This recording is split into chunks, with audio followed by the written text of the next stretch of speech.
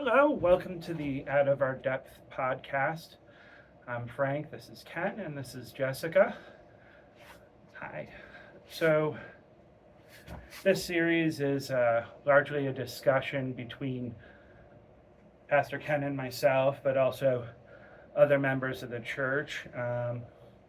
And today we're going to talk about the difference between the spirituality and structure of the 12-step programs versus organized churches.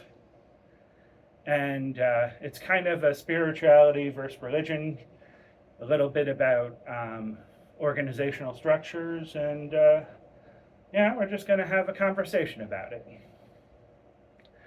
So I'm going to break with tradition and introduce that I am a member of Al-Anon, which is a 12-step program focused on helping the families of alcoholics. A lot of times folks who are close to a narcotic addict also end up in Al-Anon. And in many ways, I would have never set foot in this church had I not grown through that spiritual program. And there's a lot there that we're going to speak to that makes that work for even an atheist that walked into that program. At the time when I came in,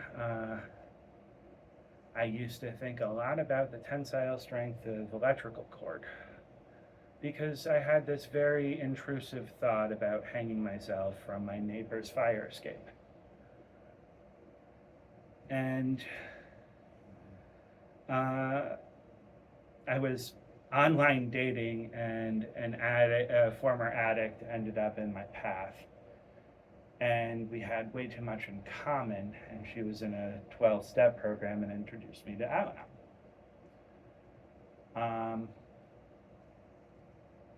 That I walked in, I listened to the 12 steps, I listened to the 12 traditions. I watched people do things that looked very, I thought I wandered into a cult. I thought I wandered into a cult somehow because the way people were behaving struck me as very cultish. They had a beginners meeting. I got separated into that, and a very patient man who was also named Frank sat there and listened to me vomit a bunch of anger and rage and resentment, and how I really wanted to take an editor's pen to the 12 steps because, what's this God crap doing here? Why are we in a church, etc., etc. He patiently got through all of that, and he still spoke to me gently. And I realized that there was something there. And I stuck out the rest of that meeting. I listened to people tell the same story that was familiar to me, having alcoholism in my family. And I left the meeting feeling better and challenged. They said, hey, go to like 3 to 6 meetings, see what it's about before you walk away. And I took it as a challenge. I have a bit of an ego, so I was like, yeah, okay, fine. I went to 3 to 6 meetings and I felt better. And I was calmer. And eventually those intrusive thoughts drifted away. And I tried a lot of churches and I didn't get that from church. Now I'm in a place where church can touch me just as deeply, but without doing the work I did in 12-step programs, that would not be the case. Didn't matter how good a speaker the pastor would be. Doesn't matter. The message wouldn't have gotten to my ears if I hadn't learned to open them. So I'm talking a lot, and I'm going to bring up some talking points to kind of get us into more of a discussion. And One of them is that 12-step programs aren't always about drugs or substances. I would say the struggle for Al-Anon, our addiction, is resentment. Resentment makes us feel justified. Resentment makes us feel like a victim. Like, hey, look at me, what I'm going through because this person did this to me. Accountability is something you pick up in Al-Anon, that you're accountable for yourself. What makes 12-step programs work is that there isn't a guy on a podium, no offense, Pastor. There isn't a guy on a podium telling you how to think or get through the program. They ask you to get a sponsor. And through that sponsorship chain, you have one-on-one. Groups are always small. People take turns speaking. It isn't a leadership-driven organization. So what can the church get from that? Well, a tremendous amount. I honestly think that the principles and the structure of AA are closer to the Jesus and the original disciples ideal for what church, gathering of God's people, could have been, should have been like than much of what we think of as church in the modern times. I have thought for years that I'm always grateful when a person comes into a church with a 12-step background. And that's been true of people from Alcoholics Anonymous, Narcotics Anonymous, Al-Anon, Sex Addicts Anonymous. I've been blessed with people who've come in through all those channels. And the thing that, one thing just to note is that I know that the 12 Steps programs were modeled much after the book of James, the Epistle of James, that little short book in the New Testament written by Jesus' brother, James, also known as James the Lesser, kind of funny being Jesus' brother. But at any rate, and so, the principle there, this can be taken as very negative if you don't understand it right, but James said, confess your sins to one another that you may be healed. Sins are just shortcomings. It doesn't mean like, oh, you're bad, you're evil, you're wicked. It's just, yep, I have missed the target by a little bit, or I need to live more skillfully. And it's basically saying, bare your soul, be honest. And 12-step groups work on this dynamic of honest disclosure, being honest about who I am, being open to improvement. And this is the biggest thing. It's been disheartening to me in Christian circles seeing how many people come to a church and they aren't coming thinking, I want to change, or I want to, be in a state of transformative growth, soul evolution, as you were. There's not about one reason people go to church is bluntly fear of hell, hope of heaven, escaping the flame, and getting their fire escape tickets from an imaginary judgment they've been threatened with. For some people, it's because of social standing. It's the proper thing to do. Or it makes you seen as a good person, perceived as being righteous somehow by being there. But people don't always come in with sort of this gut honesty of, I need a community of honesty.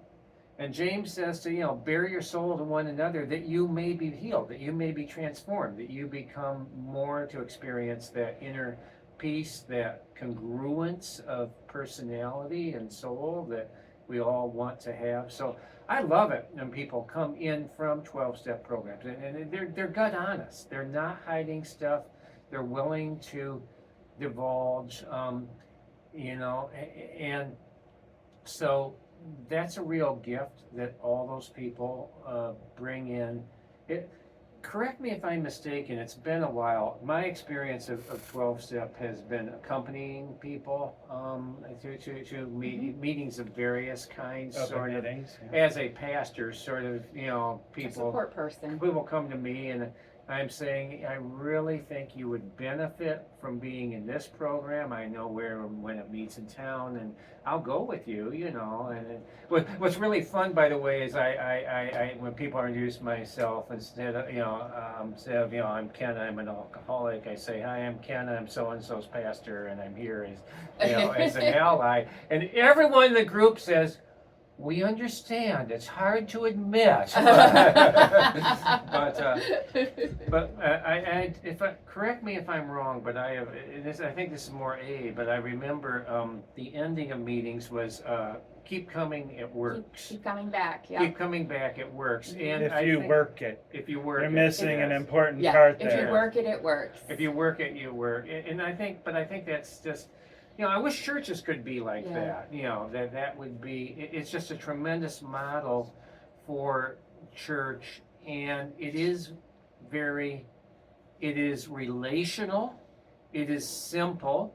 And the thing that was upsetting to you, Frank, coming in, but the fact it does depend on a higher power.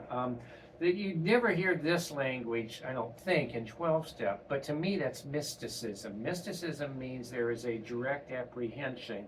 One of my favorite teachers talks about co-presencing, the presence of the divine and our presence overlap. And to me that's a lot like the higher power. That's like there is a force greater. And to me that's really valuable, and again, deeply spiritual and deeply connected with all the perennial global spiritual traditions. I would like to say that my takeaway from having been a longtime member of Al-Anon, as well as a long time, being raised in a church, having been through an evolution of many different churches, is I kind of feel like organized religion starts with this is Jesus, basically the perfect being, and yes, we all want to be more like Jesus. Whereas Al-Anon, Alcoholics Anonymous, all of the 12-step programs start with, this is the reality of our flawed existence that we need to be very honest and fearless about. That's one of the things, taking a fearless inventory of yourself, Yes. of your actions, of your history, of your reality, and being willing to surrender that in order to make yourself be able to walk closer to being more like like the Jesus that we all are trying to be more like.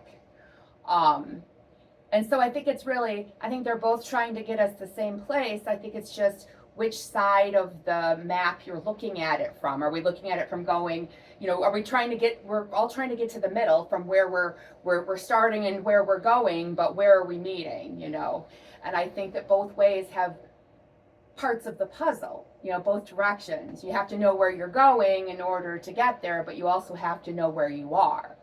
And I think that they're opposite ends of the map. That fearless honesty is huge. That fearless moral inventory. Again, so I've found over the years, like on Sunday morning, sharing prayers or whatever, people will rarely be, gut honest, and it's understandable. It's a public gathering, you have a reputation, blah, blah. But even in spiritual counseling with Christians, members of churches, it's a very slow process that people don't present their imperfection. They don't present their struggle, even their real struggle. It's like peeling the layers of an onion, and it takes a long time. Partly that's American society, the pioneer heroic self, individual, empowerment, that we self-reliance, we don't need other people, we've got our act together, we're the hero of our own story, but we don't understand the classic hero's journey, that we're all imperfect. We all are working constantly toward perfect completion, and we need to come in and we need help. Yes. We all need help. I've sometimes jokingly said my favorite prayer is help, but it's true. Yeah. So one thing I'll say that helps make that work: anonymity. Mhm. You can one of the core principles of the program is what's said in those rooms, you know, doesn't leave those rooms. That doesn't mean the message of those rooms doesn't leave those rooms. It means you don't say, John Baker said this, that, and the other thing. It's, you can take carrots from Al-Anon and you can share them with other people. A few of my favorites regarding resentments, expectations just to plan resentment, and resentment is a poison I take hoping you will die. Oh,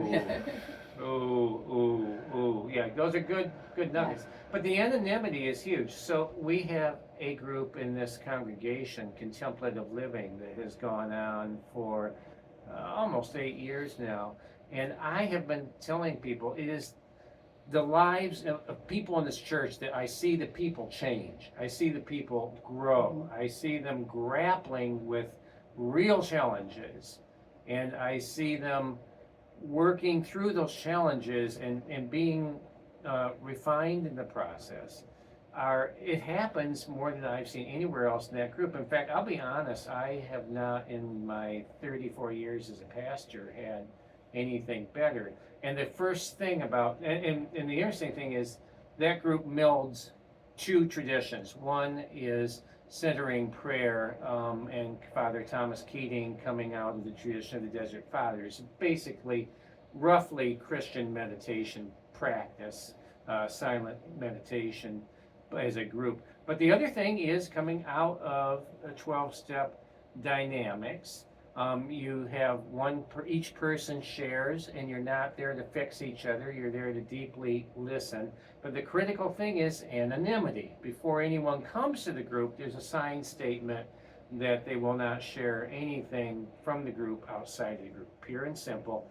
And that has created a tremendous space where people completely, it's not intended as group therapy, but it does transform people. Yeah. The continued application of meeting, being able to be gut honest about not having to appear your ideal self, being realistic that we have shadows, and the shadows are also a gift in an odd way. Mm-hmm. They're part of who we are, and when we acknowledge them, we're talking about our real life totality. But that group is based on the anonymity, like you said, and the anonymity allows that kind of deep sharing that is transformative. Yeah. And there's no doubt about, in Jesus's examples, which, as we were saying, that is one of the big things about Al-Anon and all of the 12-step programs is,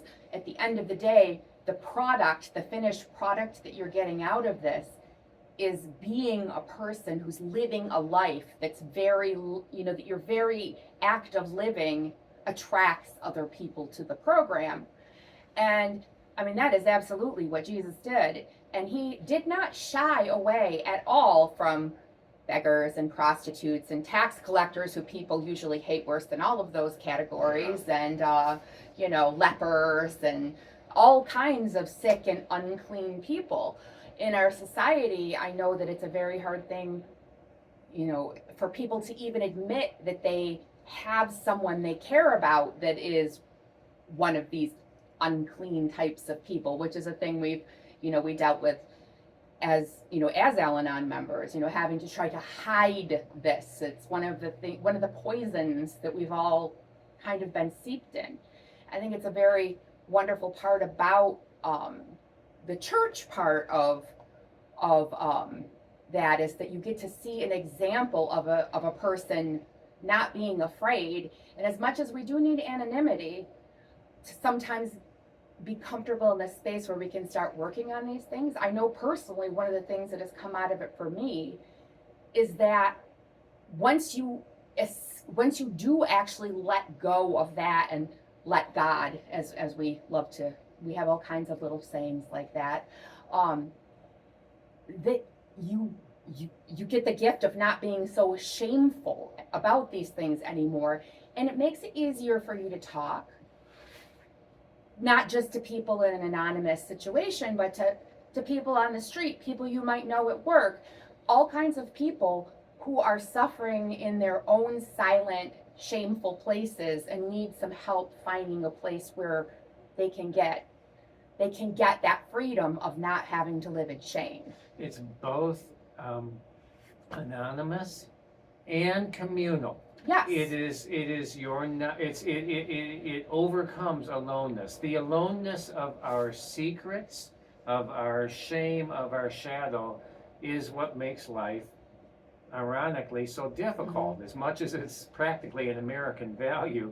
But to be in a group, to say I'm imperfect and I'm seeking assistance, and to see people listening, to see people caring, to validate this reality, along with the hope that what you aspire to is going to come to pass, that your life is in motion, that your life is in process, and you're not stuck with that horror of your circumstances. And another part of that is that, we say also a lot that that is what the sickness of addiction is, but it's not just the sickness of addiction that separates you.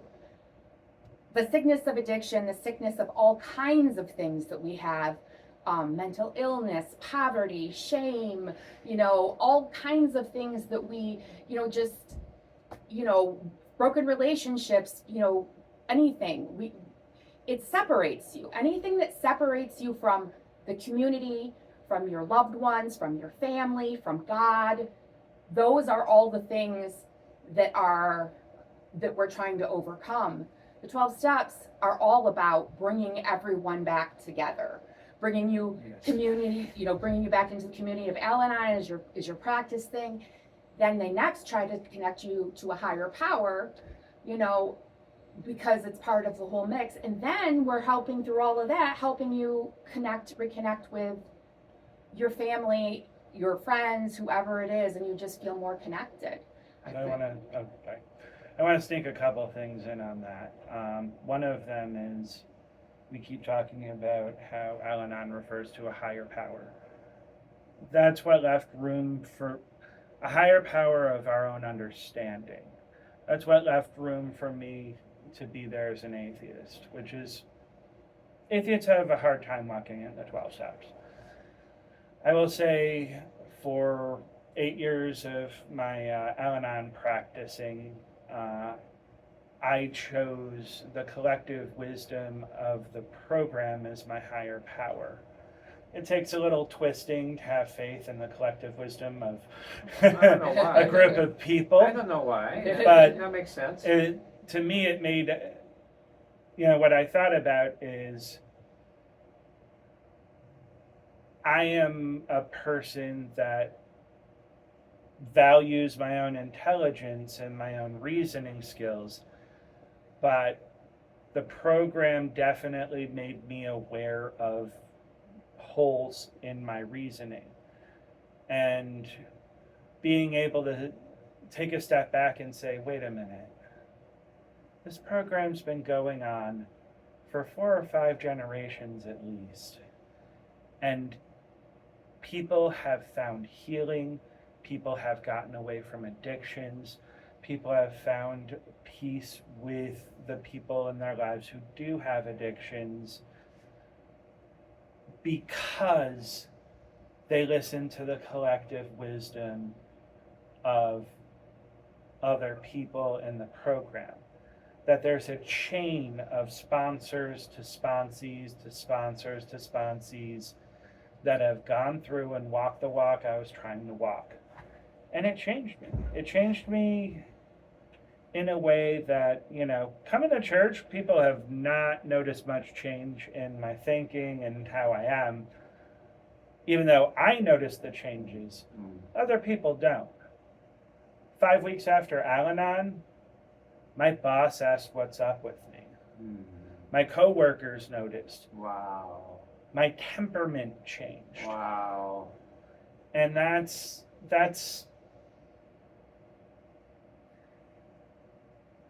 so one of the 12 traditions talks about our membership, building our membership is built on attraction, not promotion. In other words, we don't proselytize. I am sort of doing that now because of this in the nature of this discussion. But I don't go out and say, hey, you over there, you need Al-Anon. To bring it back to your sermon today about light, we encourage people to be a lantern to come to, not a flashlight to shine on others. Fantastic. Fantastic. That's the only way that works. The way, you think about it, I can't make you think anything. I can't just sit here and think I'm going to go tinker in Frank's or Jessica's brains and I'm going to make them do something. It doesn't work that way. We magically think it should. Like, I have an opinion. I should change the way they're thinking. We can't. We have zero realistic power on the earth. And even when we see hellish cases where religion has come as colonization and people have been, physically oppressed to adopt a religious stance, we know that doesn't change the heart. It doesn't change what goes on in the mind. But we can change ourselves. We can choose to change. That we do have power. I can change what goes on in Kenneth McIntosh's head, not in Frank's or Jessica's. And so this is just acknowledging that you can be a light. If people want to come and sit in the light, or they want to learn how to light their lamp, or they want to learn how to take away some blinders, they can for themselves. But I think it's been a fundamental flaw of some religious practices, and sadly many Christian practices historically, trying to force others. There's no coercion in true spirituality, and no coercion in 12 steps, and that's a beautiful thing. One of my favorite lines of there's kind of like beginnings and ending parts that are just read every week. And one of my very favorite parts in that is where it says, you may not like all of us, but you'll find that we all love you. And that was a huge thing for me when I first started coming to the program, because I'll tell you who I didn't like in that room was me. And the idea that I had gone through a life where my own parents were crummy to me, my spouse was crummy to me, like all these people had turned away from me, rejected me, abandoned me, abused me in some way, shape, or form, that this group of strangers stood right there and said they loved me. And then the next week they remembered what I said. They cared what I said. They waited for me to speak. That was another thing that was just really overwhelming to me. But that whole idea, I think, is just amazing that there's just people that anybody on earth can go out there and sit in that room and someone will wait to listen to them. Speaking of anybody on earth, may I tell a short story? I'm going to tell the story I'm going to call this person Joe, because Joe absolutely is not their name at all. And I'm going to try and obscure as many details as possible, so I don't think I'm outing anyone. But Joe was a person who showed up at a church that I was previously the pastor of. And Joe, I knew, went to a recovery program because of a very severe an addiction that was disabling his life and threatening his physical health, to that extent. And he's one person that actually just went to listened to some very large meetings, you know. If I remember, it was more than 100 people. It was like a big hall or something that, you know, he would speak at and talk about his recovery. But I knew him quite a while, and Joe relapsed multiple times. And when he relapsed, it was horrific. There was one time I went to meet him, and I banged on Joe's door, and the TV was on, and I couldn't hear him, and I shouted, and I banged, and I shouted, and I banged, and I really struggled, but I did call, you know, the police and said, please, we need a wellness check on this person. And he actually was in a life-threatened state, unconscious because of a substance at that point.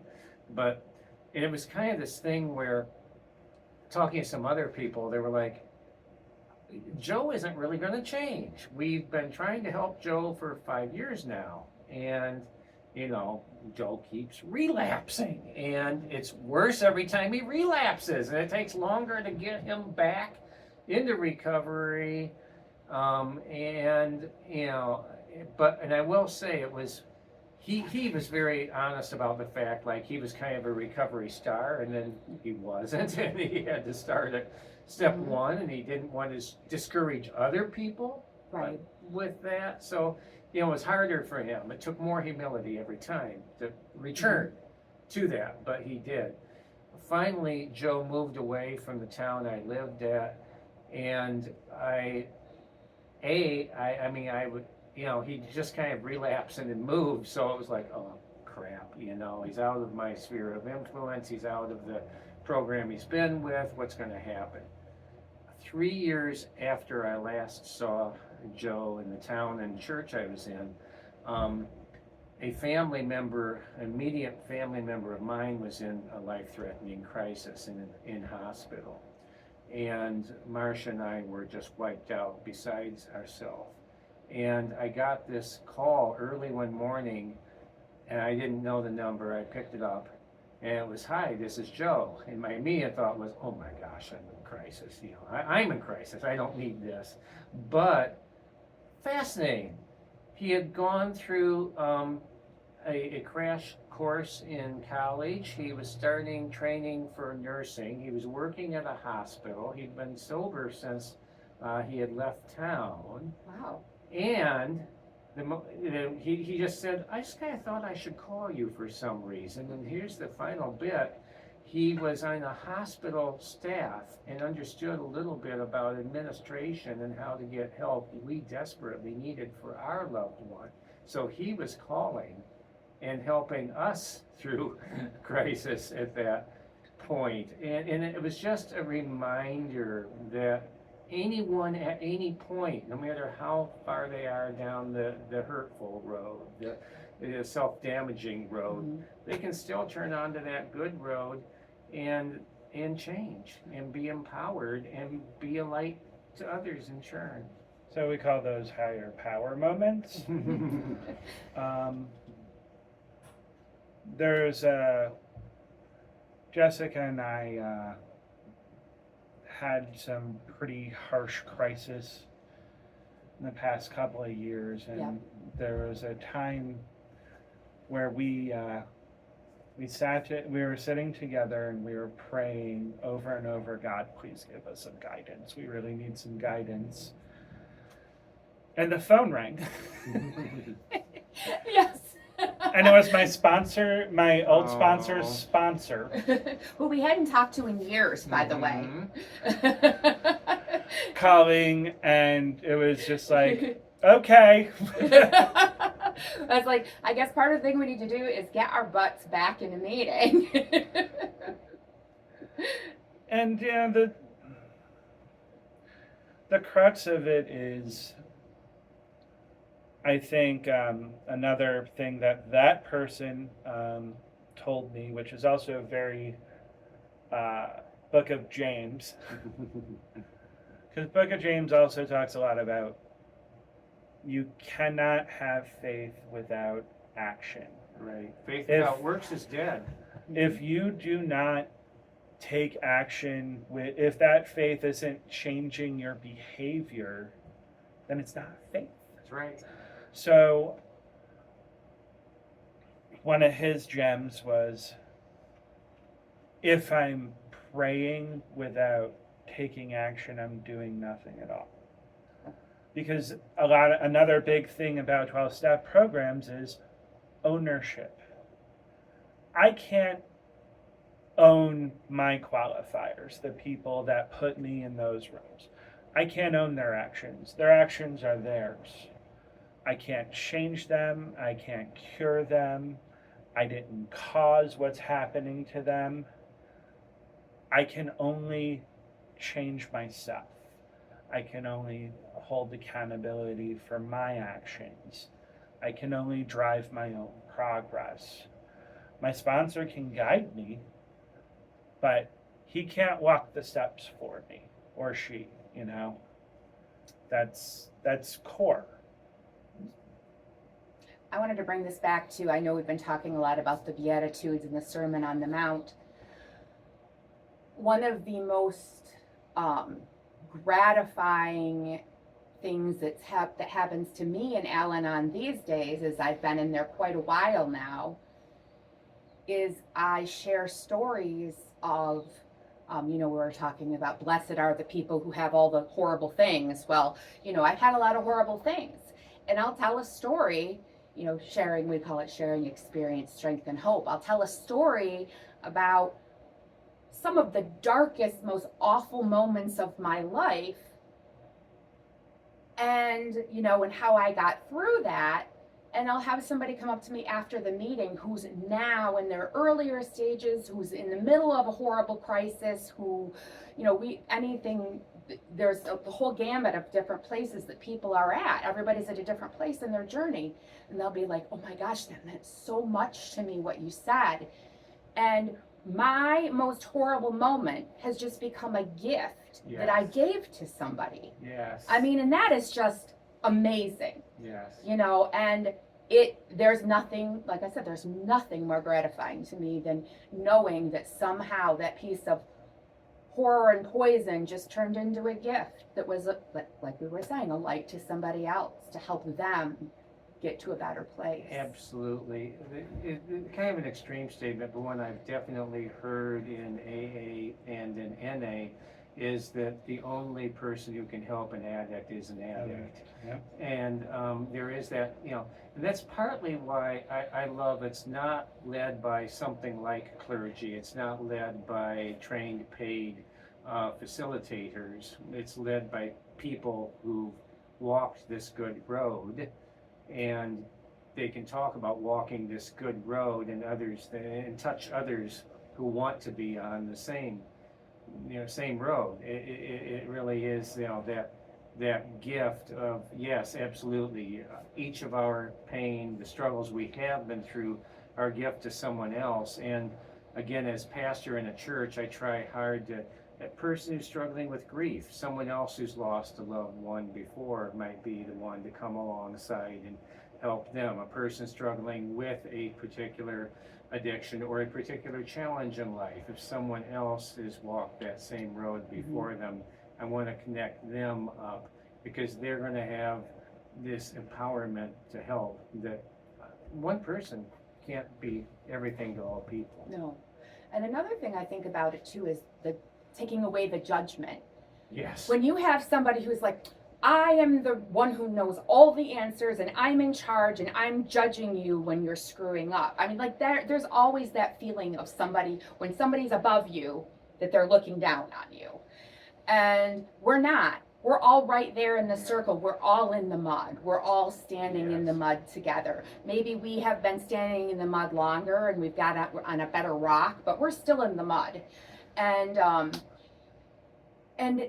what the program does is it recognizes also that the person who you need to give the freedom to judge you in order for change to happen is you. You can only judge you, I can only judge me, Frank can only judge Frank. And in order to do that, we need to be able to be honest. And by not having someone standing there judging you externally, because we're in the safe zone, it frees you to be honest, so you can look at those things, share them with another person, so you're saying it out loud into the universe, and then you can work on it. it's not a thing we're hiding. It's not a thing we're fighting to defend, even though we know it's wrong.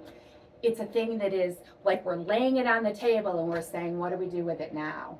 This morning in the sermon, I was referencing the Broadway play movie Wicked, and Glinda is the flawless example of, I'm here to help less fortunate persons because I'm wonderful and I just care for these needy souls. And, Yes.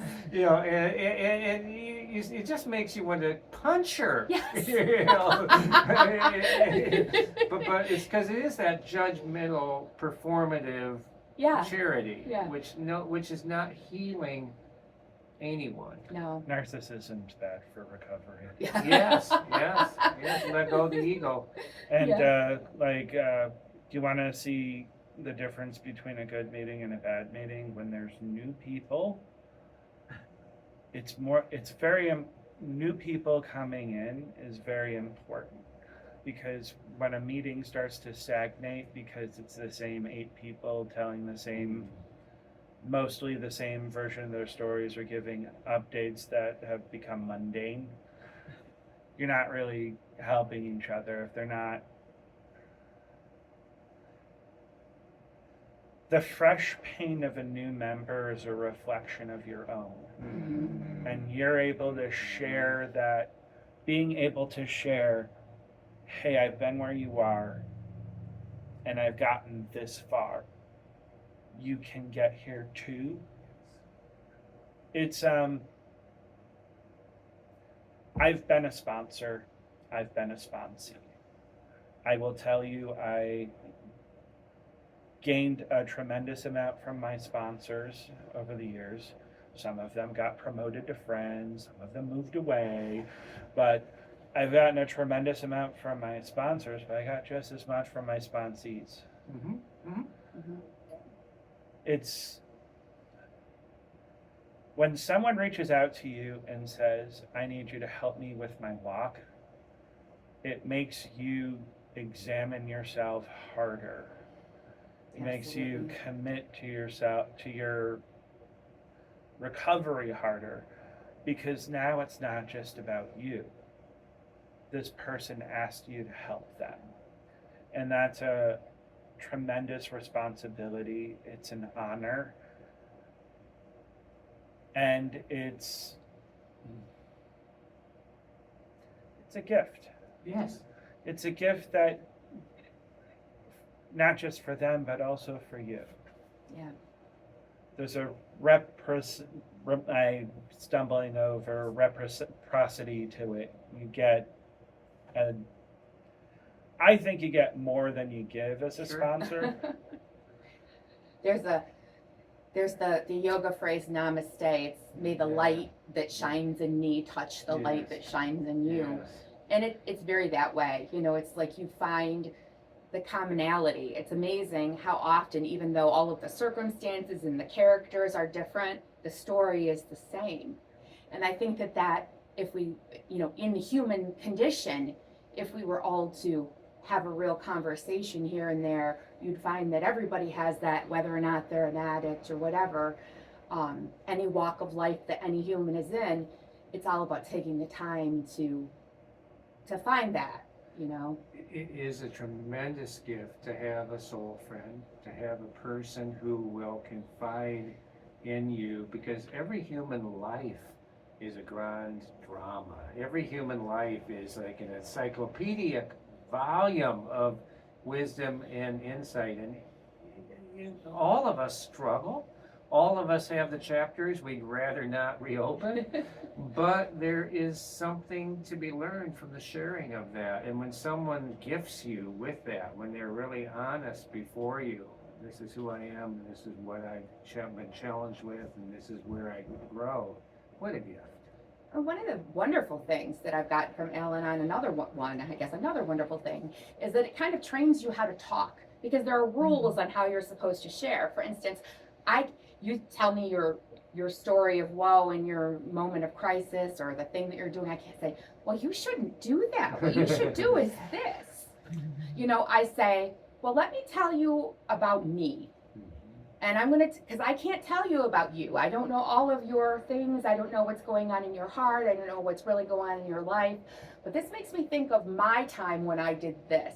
And this is what I did and how I did it. And that puts me in this position where you can look at my stuff and take what you want and leave the rest, another great phrase. But I'm not judging you, and I'm not telling you what to do, and I'm not putting you on the defensive, because I'm not telling you what to do. I'm telling you how I did it. And what you want to take from that is your business. And that's great. And I don't have to be offended if you don't go ahead and use it as a playbook and take notes and.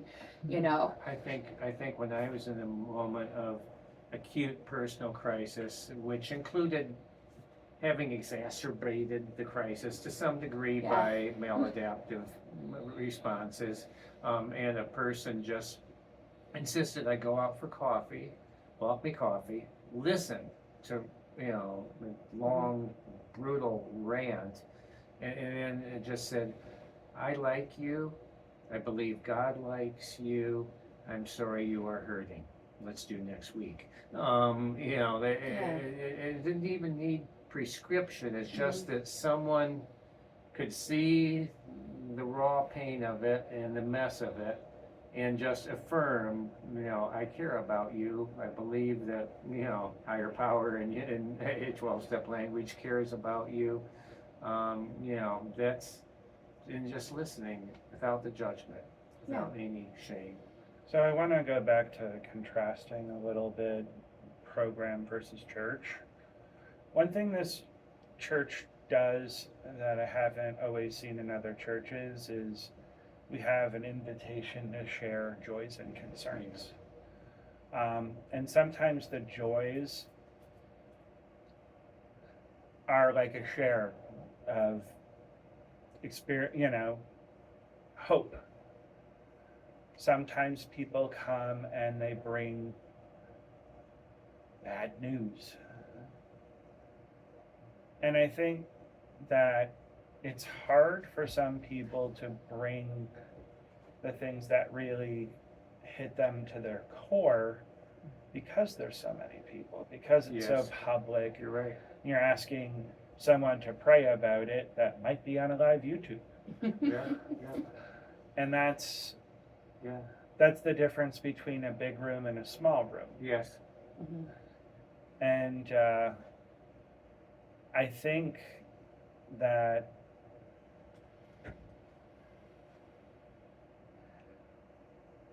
the closest I see the churches get is, and this can go both ways, I've seen it be fantastic, I've seen it go very wrong.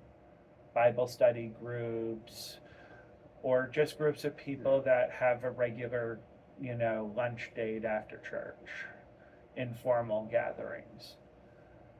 I think the church picnic can turn into like a bunch of mini meetings because people.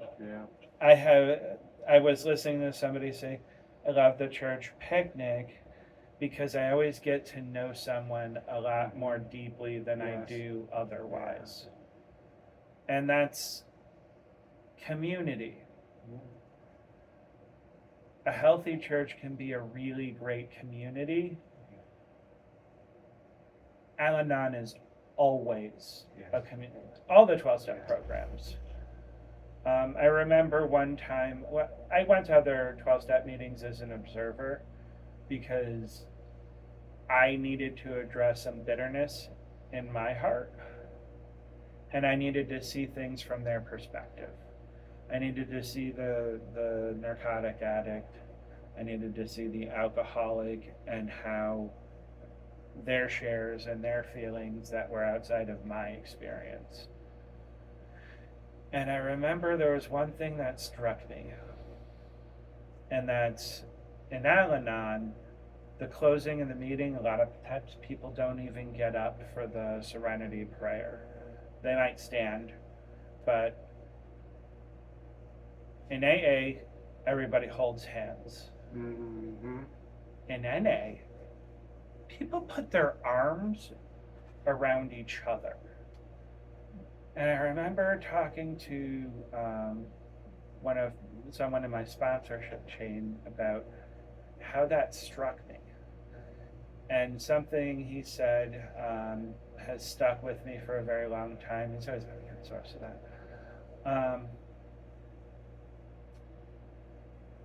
We're all fighting our own death.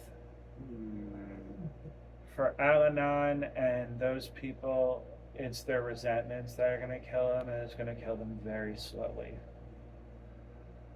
For alcoholics, you can get drunk and get behind the wheel and end yourself pretty quickly, or your liver will get you, or some kind of complication from drinking will kill you. With NA, one slip and they can get fentanyl and die. So they hold each other as tightly as they can because of how close to death falling out can be. And the reality is all of us are that close to death, not to be morbid, but we are all mortal. Someone was just saying that they were with a person a few days ago and shocked to hear this morning that person had died in an accident. They were not aware until this morning's sharing time. And you bring up the fact that these 12-step programs are small, transformative communities.